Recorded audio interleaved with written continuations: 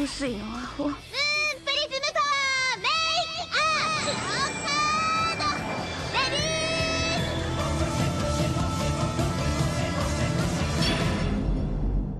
ー。 Welcome to Shojo Tell, where we discuss shoujo manga and tell who's hot and who's not, talk about themes, and just generally geek out. Today, February 27th, 2021, still not used to saying 2021, we'll be shoujo and telling about Revolutionary Girl Utena After the Revolution by Chiho Saito. I'm your host, Ashley McDonald, and I'm joined by Rose Bridges. Hello, Rose. Hey, I am happy to be back to talk about Utena again. Unexpected, I know. always down to talk about Utena. Oh my gosh, yes. So Rose was initially on like our original Utena episode, which is also the original episode of this podcast. So like all around greatness right here. You were also on the Oron episodes, and I think all three of those episodes are some of my most popular of all time. So oh, cool. It must be you. maybe. Definitely not the manga we were talking about. Not the manga. Yeah. No, it was you. I'm contributing it to you. Yeah, Rose, for anybody who didn't listen to any of those episodes, who are you? Okay, I am I like to think of myself as an anime scholar, and I guess I am because I am published. I say yes, you're an anime scholar. I say like over 3 years after the book was published. I'm still getting used to it, like thinking of myself that way. So anyway, I study anime soundtracks. I have a book out about Cowboy Bebop. I have a forthcoming, which is called 33 and a Third Japan, Yoko Kanno's Cowboy Bebop soundtrack. I have a forthcoming scholarly essay in Macadamia, which is an anime and manga studies journal. It's coming out this spring, and there's a special issue on soundscapes. And that one actually talks about Utena. It's about Ikuhara's anime, particularly Utena and Sarazanmai. And then I'm contributing a chapter to a upcoming book on the history of anime music. And I'm working on my dissertation. Wow. So you're just a big scholarly nerd right here. Yeah, and I'm just like overwhelmed lately, but that's okay. That's okay. Pandemic. There's also a global pandemic, in case anybody forgot. There's a lot happening in the world. Yeah, I also just finished the first chapter of my dissertation, so I do get a bit of a break, which is nice. And I can do stuff like reread After the Revolution. Yes, great. So would you like to tell the people is it possible to summarize After the what After the Revolution is about? All right. So I think the general summary I would say is that it involves finding out what happened to the other main characters, not Utena and Anthe, after 20 years later or whatever. It was made for Utena's 20th anniversary. So they're all like 30-something adults now. And then, where am I going with this? Yeah, so there's one chapter focusing on Saionji and Toga, one chapter about Juri and Shiori, and one chapter about Miki and Kozue. And Utena sort of comes back to them in a mystical form in each of these, because if you remember the end of the anime, which this definitely follows, not the manga, she like disappeared and they all forgot about her when she, successfully revolutionized the world. But so she comes back as sort of this apparition to encourage them to have their own revolutions. Yeah. This was definitely something. Something happened to me. So I guess I want to keep this very beginning section a bit spoiler free, but it's a bit hard to talk about that. So yeah, I guess we'll just answer the question very simply. Did you like it? Is it worth reading for any Utena fans who are hesitant, since Utena is not a character, really? Yes and yes. I did give it a pretty positive review at Anime News Network when it initially came out. So I assume you're probably going to link that on the, the podcast page, so you can see my like initial thoughts. I've had some time to talk with friends about it and sort of like modify my thoughts in certain parts of it a little bit, but I mean, generally I stand by that review. I think it's good. I think it furthers the themes of Utena in a roundabout way, but it wouldn't be Utena if it didn't do it in a roundabout way. Yeah, if it just wasn't all flowers all the time and like swords, and what would Utena be without that? Which I sometimes wonder, like, if some of the disappointment with this manga was people who wanted it to be that. I'm like, do you know what like series you're watching, like nothing is straightforward. They're like, I finally wanted answers. Yeah, that's true. And it's like, no, the point is you'll never get that. Yeah. There is no answer. I also think it was pretty good, although Chiho Saito in the back had been like, I don't think fans want to see Utena 20 years older. And I'm like, I kind of do. Yeah. I disagreed with that too. I was definitely like, why would I not want to see that? Like, what's you think it's gonna break my thoughts on reality? Like, you already broke them in 50 million different ways. What's the problem? That's okay. But overall, yeah, I thought it was interesting collection because it's definitely like, oh, this is for sure a continuation, but also like not. And it only takes a little bit of like subtle tweaking of your thinking to be like, yeah, this makes sense. It's like, what? I love you, Utena. Yeah, I don't know. If you haven't read this After the Revolution yet, then you should go do that because we're gonna go spoil all the things now. And After the Revolution is published by Viz Media in English. It's cheap because it's only a volume. And then they also published the initial manga in a nice hardcover box set, so you should also buy that. Although, as Rose mentioned, this actually follows the like anime continuity more than the manga continuity. Yep. Utena. It's confusing. They turn into cars, like whatever. So this is the spoiler warning. Yeah, this is short stories, and there's 3 of them. And if you don't want to know what happens in them, then go read it. Because now we're going to talk about them. So, Rose, I guess we'll start with what's your favorite story and why? My favorite was the first one, actually. I always find the push-pull between Toga and Saionji really interesting, and anything that really illustrates the ways in which those 2 characters are different, because I think that sometimes kind of shallow readings of Utena can sort of just, group them under, oh, they're both dirt bags, which they are. But they're different they're different varieties of dirt bag. Yeah. And that's like really important, I think, to understanding the story, is that, there's a reason that Saionji is the one in the anime, which we can also spoil the anime, right? I think you need to know what happened to understand this book. There's a reason that he is the one in the anime who basically states the thesis of the show, which is we're all trapped in our coffins, or I don't remember the exact quote, but something like that. And like the point is that Toga is closer to power and more obsessed with obtaining power, and Saionji is more struggling with these like demands that have been put on him, and not as good at attaining power and attaining influence as Toga is. And that's a lot of what frustrates him, is he wants to be like Toga and he can't. And I think he's ultimately a more sympathetic character. I think everybody in Utena except Akio is sympathetic to some degree, but I find Saionji more sympathetic than Toga, because I think that he has more of a limit to what he's willing to do, which is interesting because I think he gets introduced as the bigger monster, but he turns out not to be that in the end. And I think that this story does a good illustration of sort of the differences between the 2 of them and what needs to happen to each of them to sort of break free of that system.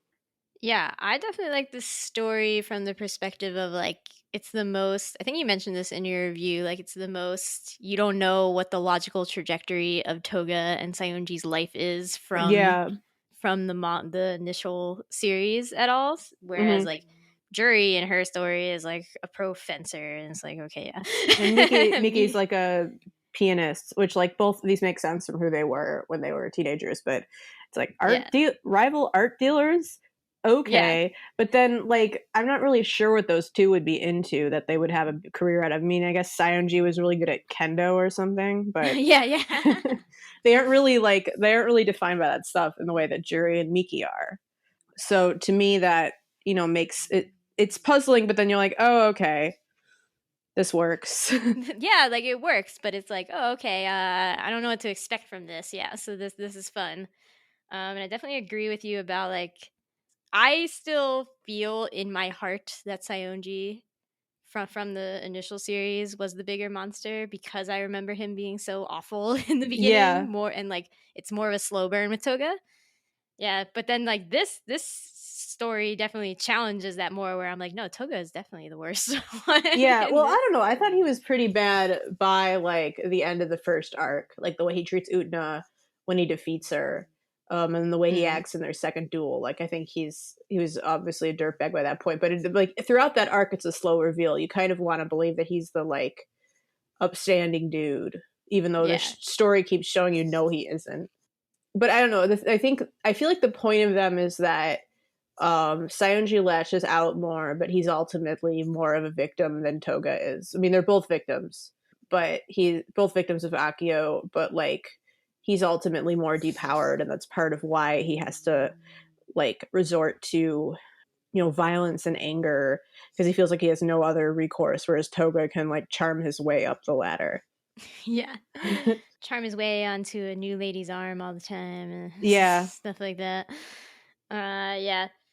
I guess it's very weird to read these stories and have them be using like iPhones. I'm like, oh. Yeah, it's really strange. Super. I'm like, this doesn't belong. This is not right. Just to say that, to be like, oh, I also felt like their discussion about like the repercussions that should be suffered from like an artist doing something bad. And how they shouldn't collect that art felt like very, very timely, and I was like, okay. Yeah, it also felt very accurate to who they are. Like, Saionji is, for all his many other faults, I think he's pretty genuine, and I can't see him going into a career like that if he didn't, have some appreciation for art, whereas Toga's just like money, money, money. Like, that feels way truer. That feels very true to who they are. I think so my read on Saionji has always been, and not to do like the exact same freaking thing I did on podcast. My read on him has always been that he's gay and in the closet, and that a lot of you're like, there's one in every series. There's one in every series. Well, there are a lot in this series. You're like, but this one is definitely Saionji. Yeah, no, and I think that when I came to that reading, he became more sympathetic to me. Not that it in any way justifies what he does to Anthe or anybody, but like it just, I think it, like, if you look at the way he deals with women in the series, it seems like he's more interested in what those relationships mean and what they can give to him than, actually being attracted to Anthe.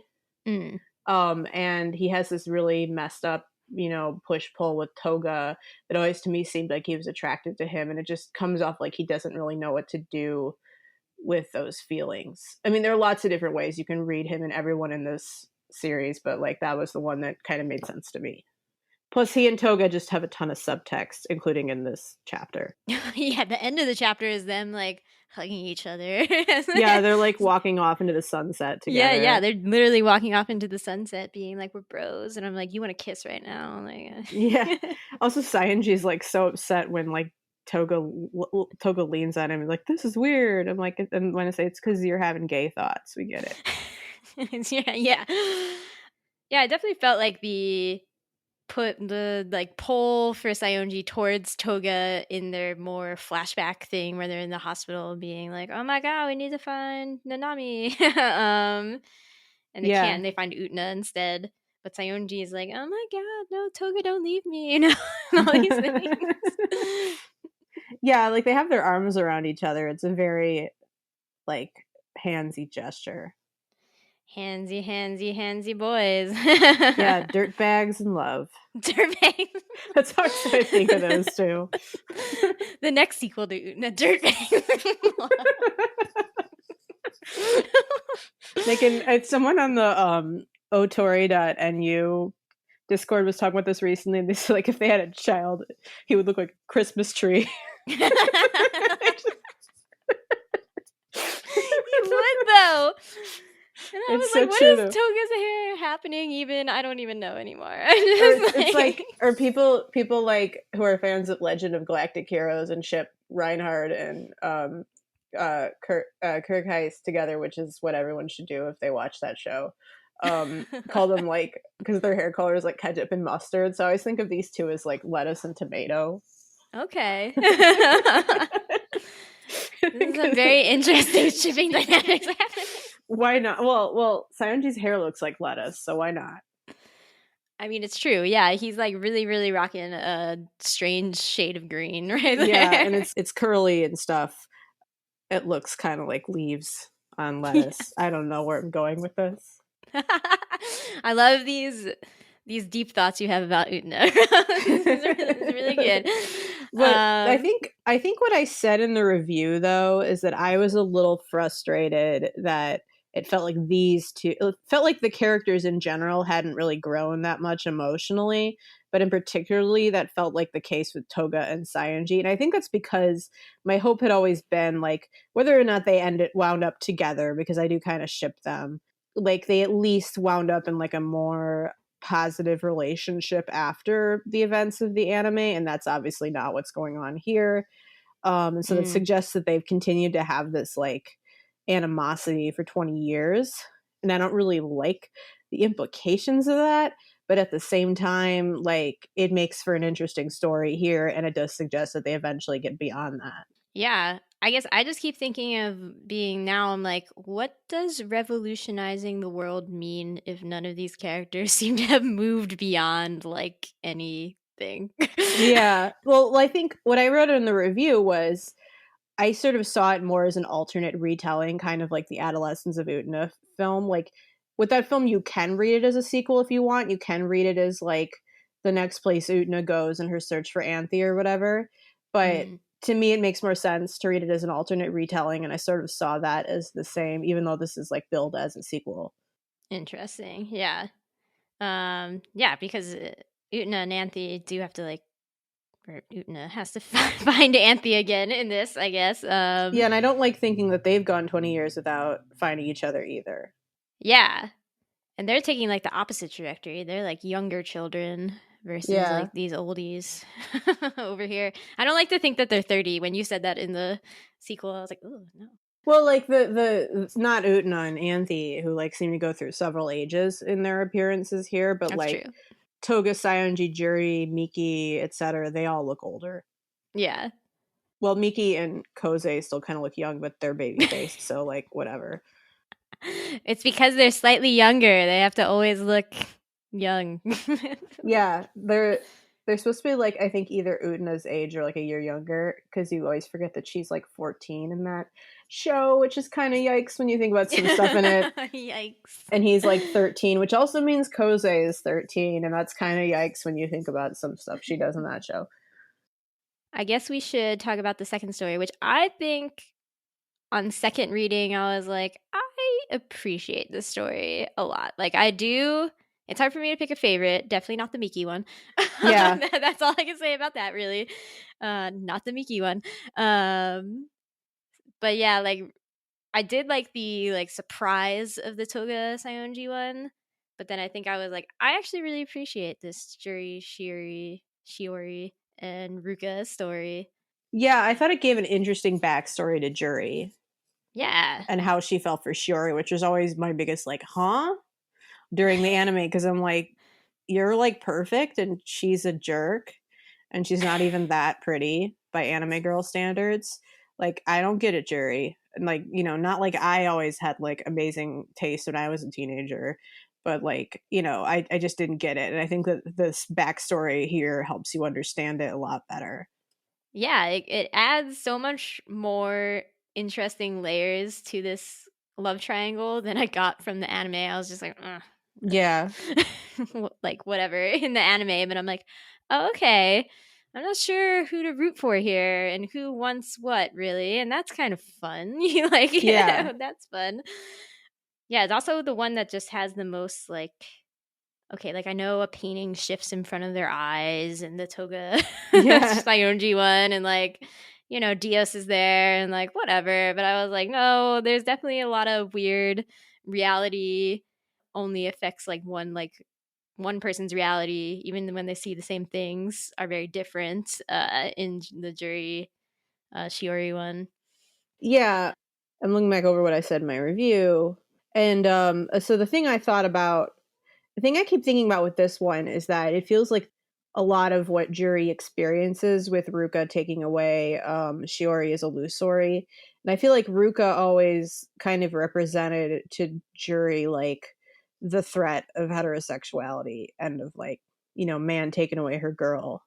Yeah. And I feel like that this really like hits that home in like so many ways in this story, especially when you get into her past and you see that Juri sort of thought of herself when she was younger as like an ugly duckling, and thought Shiori was this princess, etc. And you know, she even decided to get into fencing because of Shiori saying she loves watching fencers and they look like princes to her. And so I feel like that explains both her crush on Shiori a lot more, but also like why this whole Ruka love triangle really gets to her in the way that it does. Yeah, but I love the reversal of it at the end. Like there's this whole thing where in the past or at some point, Juri lost her pendant of Shiori, and Ruka found it, and then but Ruka has died at some point. This is the one where it's like, what's real? What's the timeline really? I don't know. So that's good. And then Ruka finds it, and Juri's just like lost it forever because he was like, I won't give it back to you unless you can catch up to me, and she like cannot catch him running. But then at the end, she's like, okay, I'm gonna stop like fighting altogether, and then she finally gets the locket back. And Ruka is apparently written in it like fight Juri, and it's like this thing that she was afraid of the whole time is not something that Ruka was actually like trying to do, apparently. Yeah, I always felt like he kind of represented this like abstract threat to her. I mean, in the canon, it suggests he's in love with her. Yeah, and you know, obviously she's not interested in him because she's a lesbian and she's in love with Shiori. But you know, I think there was it's hard to explain, but I feel like I don't know, there's just this way that like the abstract threat of men and heterosexuality just sits in the minds of lesbians everywhere that I think Ruka represents for her. That's it's hard to explain though. Dang, I didn't know this was a thought that lesbians everywhere have. Well, not all of them, but you know, some of us. Some of us who have like histories dating men before we came out, I think. Oh, okay. That's been one of my like out there reads of Utena, which I feel like I have a different one. I've been rewatching the anime lately, and so I feel like I have a different out there read every time I rewatch it. You're but like, I'm always like, this anime only keeps giving. I'm always like hesitant to share it though, because it's going to be on record that like, you know, Rose Bridges said this about Utena, you know, and you know, maybe I'll change my mind next time I watch it. I haven't made it to the Ruka stuff in the anime yet in this rewatch. I'm still in the Black Rose arc, so yeah, so you're like caveat, you're like there's an asterisk here, like yeah, it's been a while since I rewatched those episodes, so don't quote me. Don't quote me. That's fair. But he definitely at least represents, you know, her fear of losing Shiori to a man. And I think it's notable that in the end of this story that ends up not being that, you know, that ends up not really being true. Yeah. And I can still see how he might have been in love with her in this timeline, right? Like, yeah, that still could line up. Yeah, I mean, I have no idea. Again, I said I feel like at some point reading this, like I said in the review, is just like I gave up on the idea of how does this relate to canon? You know, how does this, you know, build out of what happens in canon? I'm like, this is Utena. Utena is beyond such petty concepts as canon. As canon. Utena doesn't have time for your fandom canon garbage. Doesn't have time for TV tropesisms. Yeah. You cannot TV tropes Utena. It's beyond this stuff. Stop trying. Yeah. I mean, not that it's a totally useless concept, but I feel like, you know, this was written where, you know, it was just like, let's do something interesting with these characters in the future, not so much, you know, does this need to have strict continuity from who they were in canon? Does it make sense that these people basically didn't grow for 20 years? I think she wanted to draw them as older and in like, you know, fancier outfits, which Juri gets plenty. And I saw the Twitter reply that Juri gets plenty of great outfits in these chapters. Yeah, I was gonna say at Abby Says Words asked us to hear about our thoughts on the characterization of Juri and Shiori, which I feel like we've done, but also what our favorite Juri outfit was. So what was your favorite Juri outfit? I really liked, I usually like Juri looking more masculine and princely, but I really like that one dress that she wore where she's just like lounging on the Oh yeah, like that one panel dress that where happened. she's lounging on those chairs with the signs for the Black Rose room from the anime with the pointing fingers. And she's just lounging in that dress and I'm like, "Oh man, I am a lesbian." You're like, yes, I want it, girl. Give it to me. Yeah. I think I like the outfit that was right before that one. I took a picture of it. Oh yeah, that one's good too. I'm looking at it right now with like the lace-up boots. Yeah, the lacy boots. I was like, yes, get it, girl. Yeah, that is a good look. Destroy me. Like, murder me with that sword. Also, whatever she's wearing in like the previous page where you only get to see it from the back, but she has some kind of like she has a dress where she has some kind of like plaid glove, like long gloves on. That's a good look too. But you can only see part. I mean, basically all of her looks are good. Let's be real. It's true. Like none of them is bad. I just want to caveat that, you know? Oh yeah, that one. I also like Shiori's outfit with the like peasant blouse and the white skirt with a belt. I feel like that looks a lot better on her than most of the stuff than like her school uniform from the anime. Yeah, well, you didn't like her as the Rose Bride? I mean, that was okay. I didn't really like her as in a regular school uniform. I just thought she looked kind of plain, which I think was kind of the point, is it's like, you don't expect, Juri, the princess of the school, to fall for a girl like this. I also really like Juri in the leather jacket. Yes. Yeah, that's really Juri important. in the leather jacket. That is very important to me. Yeah. I was also into it, so, I can't help it. So, unfortunately, I think now we have to talk about Miki and Kozue. Yeah, I mean, talking to friends about this chapter made me feel better about it. I think Okay. So one of my friends, I want to give credit, this is Gabo, fellow ANN alum. She said that she read Kozue in here as trans. And to me, that redeemed this chapter for me. Because I was kind of about it the first time I read it, and I think that's really obvious in my review too, where I said it was overall the weakest and like to be likely to be controversial since it goes furthest with the incest compared to previous versions of Utena. And I think I talked about how I sort of always read that relationship with them as like, gothic romance type thing where incest is a metaphor for, what your sibling symbolizes to you. And I think I wasn't as into how this chapter seemed to make it more literal, but I think using that reading that Gabby gave me, like, sort of made me, rethink that, oh no, you can totally read this as Miki being a metaphor for Kozue wanting to be like Miki, which is definitely like all over Koze's Black Rose episode in the anime. And so I think you could read that Koze's bond with, if Kozue is trans, I don't know what pronouns to use, so I'll just use her because this is just a theory that I have. Yeah. Okay. Kozue, you could see Koze's bond with her brother as sort of like wanting to escape this heteronormative marriage because she doesn't want to be a girl and doesn't like what that imposes on her. So that's my read on second read of this chapter. Okay. That's fair. Just even with that, like, that's interesting. Yeah, I also read it twice and I'm like, okay, sure. But even with that, I just felt like overall story structure wise, it was like the weakest. Like, I just felt like between each thought between Miki and Kozue and Utena having a larger presence, like I just felt like she was there for more of it. Yeah. Because she's like asking Miki and Kozue to guide her at the end there to Anthe.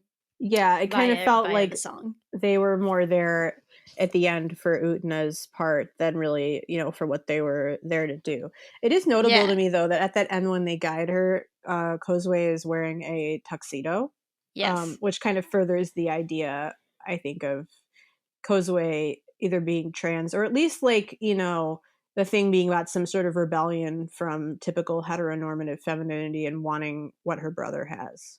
Yeah, she's definitely just straight up wearing his clothes. Yeah, at she's that basically point. like a mirror image. She's like a photo negative of him because he's in a black tuxedo and she's in a white one. Yeah. And I think the implication of it was that, like, yeah, when she walked by, she saw that uniform, which I assumed was actually Miki's, and yeah, she just like put it on because she was wearing like a hospital gown, Yeah, yeah, sleepwalking. but she was also pretending to be him, so like Yeah, that suggests investment and not for her. yeah, yeah. I guess I was just this like I know I'm not supposed to look for answers in Utna because it's Utna, It's about asking but it questions, not giving answers. yeah, yeah, yeah. But I just felt like with the others, yeah, we had like some resolution, like emotional resolution for Toga and Saionji and Juri and Shiori. But then like Miki and Kozue, Kozue is like, but what do I do, Miki? Like, how do I, is my heart broken? Like, how do we proceed? And Miki's just like, shh, girl, like, Yeah, don't talk about he it right kind of now. just And I'm like, comforts what? her. Yeah, and so I think, yeah, I like because Toga and Saionji sort of have this idea that they need to not go down the path Akio sets for them. I thought it was notable that theirs is the only story where Akio appears, and I Oh, think that's true.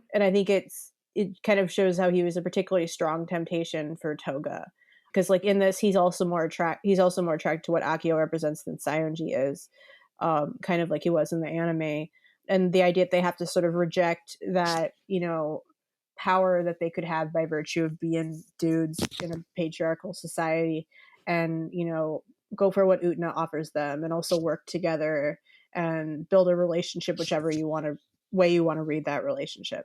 And then I think with Juri, it was sort of, I guess, about letting go of this fear of losing Shiori, I guess. Yeah. And but yeah, it's hard to say what it is with Miki and Kozue because it kind of seems like they just have like a temporary reprieve from what she's running from. Yeah, like they're like got distracted by what Utena wants, so they're like, "Yeah, we can help her, but like we still don't know what to do about ourselves." And I'm like, "I don't know. I want you to have a direction from this, you know?" Yeah, but yeah, it was like you got the sense the other stories they could help Utena along because they had basically reached their conclusions about that are sort of seen as their revolutions or whatever. But I'm not sure that Miki and Kozue have figured things out yet. Unless you want to read it in the surfacey way of like they should be incestuous with each other, and No, I don't think that's what that story is saying. no. I definitely don't think that's what the story is saying, but it definitely hand waves away things more because, like, Miki even says he's just like, we just have to like reach out to those who are reaching out to us and all these things. And I'm like, no, but how does this actually? What is a concrete way that you're gonna like change this? I need to, everybody else had a concrete Yeah, thing to change. I always got the sense that like the Utena creators were not as interested in Miki's story compared to the other duelists, and I think this manga sort of furthers that theory for me. I liked. Okay, wait. Miki is the one who shows up in Juri's story, right? But they never name him, and I thought that was very funny. Yeah, it's like he's just her bro. Yeah, like He's like her cheerleader, which I think yeah. that's a good place for Miki to be. And she's just always contradicting him, because he's like, your opponent is a woman, and she's like, shut up, Miki. But she doesn't even say Miki. She's just like, be quiet, you're wrong. Yeah, even though he was right for Even though he was once. totally right. Oh well. Miki's whole thing, I always really liked, like, actually I didn't like it the first time I watched it now when I was going in like almost blind, but like on subsequent watches I really liked his episodes in the first arc, and it's just such a good takedown of sort of the nice guy mentality, which Utena does like a few different times because it also does that thing with Wakaba's friend, but anyway, yeah. but it does it a slightly different way, which I like that about it. But like, and then Miki's thing becomes all about his sister in subsequent arcs, and I was like, wait, but like, I think ultimately, if you just read it as about what the twins represent to each other and how particularly they represent each other's ideas of the opposite sex and what that represents to them, I think it makes a lot more sense. Yeah. I guess my other complaint about this chapter is that, you get a strong sense of what Kozue thinks and wants, but then Miki himself is still very I don't know what your deal is, bro. I don't know. Yeah, he kind of seems like he doesn't have anything in particular that he wants. Yeah, or even see, he's just society tells me that Kozue is my sister, so we can't do that, Kozue. And I'm but what do you does it anger you in any other level? I don't understand. Yeah, it's kind of weird because, in the anime, the duelists are supposed to be somewhat more self-actualized than, say, the Black Rose duelists. Supposed to have a better idea of what they want. But I'm not sure that Miki ever really knew what he wanted. And he's never going to figure it out. That's what I got from this story. Yeah. He kind of just seems innocent and dumb, which he kind of is. And that's fine, I guess. Yeah, he's a classic example of smart boys who think they're smarter than they actually are, and particularly think they're smarter with people stuff than they actually are. Ooh, I like it. This is always how I've read Miki, because he's really good at math or whatever. He's Mr. Academic Genius, but he is so dumb when it comes to people. He is really kind of reminds me of me in middle school, except I didn't have a creepy twin. You didn't have a creepy twin. You didn't participate in duels. Or maybe you did. I don't know. I did try to learn fencing a few years ago. And it was absolutely I want to be Juri. That was definitely the mentality going on. But I just didn't really have time for it. It was fun, though, and I wasn't bad at it. If I, had kept at it. So you're potential? I could still do fencing in the future. Yeah, I could still be a duelist one day. Okay, that's good. A rose duelist, which is very fitting. Yeah, you're really going for it. Well, yeah, I think that's pretty much the whole manga. Do you have any other final thoughts? Well, one thing I said in my review that is absolutely true. This book needed more Nanami, because everything needs more Nanami. I want to see. I was really invested in her storyline. Even beyond the silly stuff like her turning into a cow or her laying an egg and all that stuff. There's nothing beyond that, Rose. I don't understand. She's the secret weapon of Utena. She's you think she's just going to be some one-dimensional mean girl, and she ends up being so much more and so awesome. And she's one of the people who figures out what's going on with Akio way earlier than everybody else. And she's just great. And I wish that all the subsequent Utena media didn't not really use her, because I really love her. And I feel the fandom now, I get the sense that the fandom when Utena first came out was a lot not as kind to Nanami, but I feel now she's easily one of the most popular characters, at least in the North American fandom. I don't know about Japan. So I don't know why they don't do more with her. That's fair. I mean, she was a duelist there for a while, yeah. So justice for Nanami. Yeah, she should have been included with the other duelists. Yeah, no. What the heck? Sure. What the heck? You could always make her turn into a cow again, have a realization that way. Oh my gosh, could you imagine? Yeah, this sequel. You should have some weird thing with Tsuwabuki. I want to see where he is 20 years from now. Because he'd have to look totally different because he was such a tiny boy. Oh, yeah. Anime. I want to see what adult Tsuwabuki looks like. My biggest question was, where's Choo Choo now? I need to know. Yeah, I know. He needs to be with Anthe. I know, but he wasn't there. So, where'd he go? Where is he? I need to know that he's okay. I mean, you could argue that, Choo Choo's not necessary at this point because his role in the anime was kind of to show Anthe's feelings that she couldn't. But I like Choo Choo. She should always have Choo Choo. And he deserves to be with her forever for taking that important role. Yeah, and she's still gonna have feelings.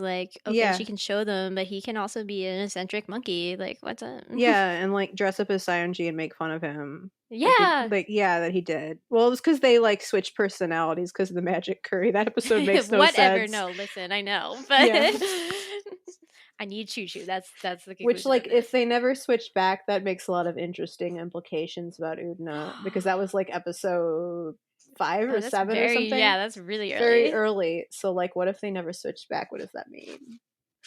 That's an interesting thing in terms of why thinking about didn't we Saionji. get that as the sequel manga? I know that would be really awesome. Choo Choo and Saionji never switched bodies back.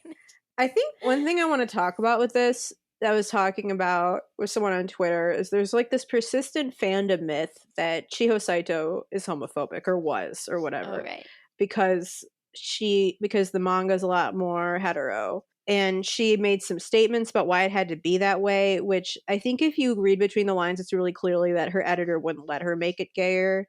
And people see it as, oh, she just, didn't really appreciate lesbians or whatever. And, I feel like maybe writing this 20 years later is her getting to do that she Like, couldn't do in the 90s. Justice for me. Yeah, it's her getting to write the stuff she couldn't do in the 90s. Yeah, and particularly Shiori is not in the original manga at all. Because Juri's into Toga or whatever, which is so weird. Oh yeah. Put it back. But now she's here and Juri's clearly interested in her and has all these hang-ups about worrying about losing her to a man. So I think Chiho Saito is sort of getting on board with that, or being allowed to express what the anime could in 1997, but she couldn't do in the manga. No, that's fair, especially since last time I had been when we talked about it, reading the manga for the first time, we were like, I mean, I get it, but also it seems a little unjustified, given the subtext of many things still. Yeah, there's a ton of gay subtext in the manga. I mean, it's obviously not like the anime where the gay is text. Yeah. But it's still there. And I think it's clear that she was kind of working within what she could.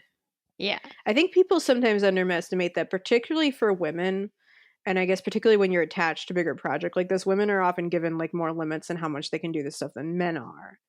And how they can talk about it, and particularly I think people forget that anime creators often can't be super open about this stuff in interviews, even if it's really clear in the work itself, just because of media differences over there. And so I feel like, I don't know, I just felt like, I wanted to get on the record that I'm a fan of Chiho Saito, and I think the fandom is unfair to her. Yes. I can stand by these statements. I also agree. And this manga to me really proved that. Yeah. I was curious if you had any thoughts on the art style and whether it changed since 1997 or not for you. I feel like it was pretty similar. I've always really liked her art style. I mean, it changed in the sense that you can tell that she's consciously trying to draw these characters as looking older. And it did maybe feel a little less ornate in parts, but I was okay with that. I'm not the only one who felt that. Thank you.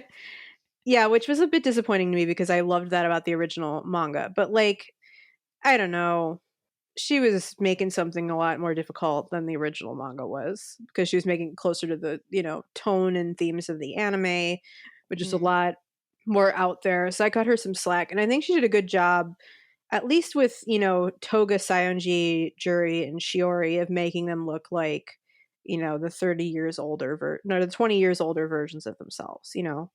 Where Miki and Kozue less so, but they're kind of baby faced. So I get that's harder with them. Yeah. No, I definitely felt, I was reading it, I was like, maybe I just don't remember the original manga as clearly, and it's a bit hard for me in my current situation to I'd have to root around in a bunch of boxes to find it. I don't remember where it is. Yeah, I'm in Baltimore right now, with my family for the quarantine, and my manga is in Austin. So yeah, I can't just look at it right now. Yeah, but I definitely felt, I was like, I feel like this is softer somehow. Yeah, there's definitely a somewhat difference in the art style. Didn't feel as baroque and ornate, but it was still good, I think. No, it was still beautiful and everything, but I was just there's definitely something, some Christmas that's lacking for me. The painting in the Toga and Saionji story to me was a big sign of that, because that painting was in the style of a lot of the individual detailed panels in the original manga, and it was but you just used it for a painting here, I guess, to juxtapose it with the rest of the art, but I wanted more. That's fair. So in another 20 years, we'll get some more Utena, and we'll do another podcast about it. Yeah. Hopefully we'll still be doing these. Maybe in 20 years we'll just be podcasts will just be like beamed into people's brains or something. That's true. What comes after podcasts? It's all just Clubhouse things, you know, Yeah. just live audio. It's just that's kind of terrifying. I don't know why I like said that. I don't want to speak that into existence. You're like, no, I don't want this. Yeah, so we said it so that we make it not be it's a dystopian thought, you know, don't do that. Yeah, definitely. Yes. Well, thanks for listening to Shojo and Tell as it currently exists. If you have comments, questions, constructive criticism, or concerns, or need to just tell us how much you loved these additional Utena stories or not, you can email shoujoandtell@gmail.com. Let us know if you ship Toga and Saionji so I don't feel like a freak. Yes, okay, so specifically tweet Rose if you ship Saionji and Toga. You can also leave a comment on the episode's YouTube page. We're at Shojo and Tell on Twitter, Tumblr, and Instagram. Rose, where can people find you and your work on the internet so that they can tell you what they think of all the things? Okay, so I'm kind of on hiatus from Anime News Network right now to focus on my dissertation, but if you follow me on my Twitter at ComposeRose, I do often tweet about when I have, you know, new publications and stuff coming up.